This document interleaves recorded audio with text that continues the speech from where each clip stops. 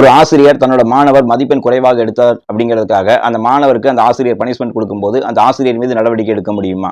இந்த வழக்குல மனுதாரர் ஒரு ஸ்கூல்ல டீச்சராகவும் பிரின்சிபலாகவும் பணியாற்றிட்டு வராரு. இவரோட வகுப்புல ஒரு மாணவி மதிப்பெண் குறைவாக எடுத்தாங்கன்னு சொல்லி அந்த மாணவிக்கு இந்த ஆசிரியர் ஒரு பனிஷ்மெண்ட் கொடுக்குறாரு. இதனால இந்த ஆசிரியர் மீது இந்த மாணவி காவல்துறையில் ஒரு புகார் கொடுக்குறாங்க. இதனை விசாரித்த காவல்துறையினர் இந்த ஆசிரியர் மீது இந்திய தண்டனை சட்டம் பிரிவு 324 கீழையும் ஜுனைல் ஜஸ்டிஸ் ஆக்ட் செக்ஷன் 822 கீழையும் ஒரு வழக்கு பதிவு செய்யறாங்க. இதனை எதிர்த்து இந்த ஆசிரியர் கேரள உயர்நீதிமன்றத்தில் மனு ஒன்று தாக்கல் பண்றாரு. இதனை விசாரித்த கேரள உயர்நீதிமன்றம் ஜுனைல் ஜஸ்டிஸ் ஆக்ட் செக்ஷன் 82 கீழே ஒரு நபருக்கு நாம் தண்டனை கொடுக்க வேண்டும் என்றால் அந்த நபர் சைல்டு கேர் இன்ஸ்டிடியூஷனுக்கு கீழே வேலை பார்த்து அவர் அந்த குழந்தைக்கு பனிஷ்மெண்ட் கொடுத்திருந்தா தான் நாம் அவரை தண்டனைக்கு உட்படுத்த முடியும்.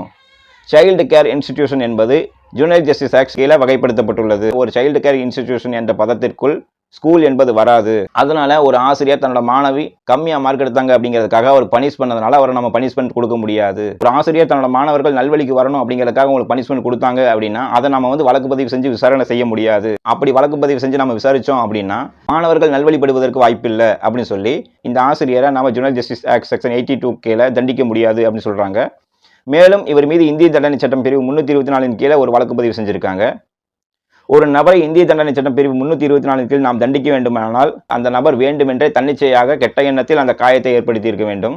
இங்கு அந்த ஆசிரியர் அந்த மாணவிக்கு கெட்ட எண்ணத்தில் தண்டனை கொடுக்கவில்லை என்பது நிரூபணமாகிறது. அதனை இந்த மாணவி தரப்பிலேயே ஒப்புக்கொள்கிறார்கள். இங்கு அந்த ஆசிரியர் அந்த மாணவிக்கு தண்டனை கொடுத்தது அந்த மாணவி மதிப்பெண் குறைவாக எடுத்தார் என்பதற்காகத்தான். இதில் அந்த ஆசிரியருக்கு எந்தவித தன்னிச்சையாக பழிவாங்கும் எண்ணமோ கெட்ட எண்ணமோ இல்லை. அதனால் இந்த ஆசிரியர் மீது இந்திய தண்டனை சட்டம் பிரிவு 324 கீழையும் ஜுனைல் ஜஸ்டிஸ் ஆக்ட் செக்ஷன் 82 கீழையும் வழக்கு பதிவு செய்ததை ரத்து செய்து உத்தரவு பிறப்பிக்கிறாங்க. இந்த தீர்ப்போட முழு விவரத்தை டிஸ்கிரிப்ஷன் பாக்ஸில் கொடுக்குறேன், பார்த்து தெரிஞ்சுக்கோங்க.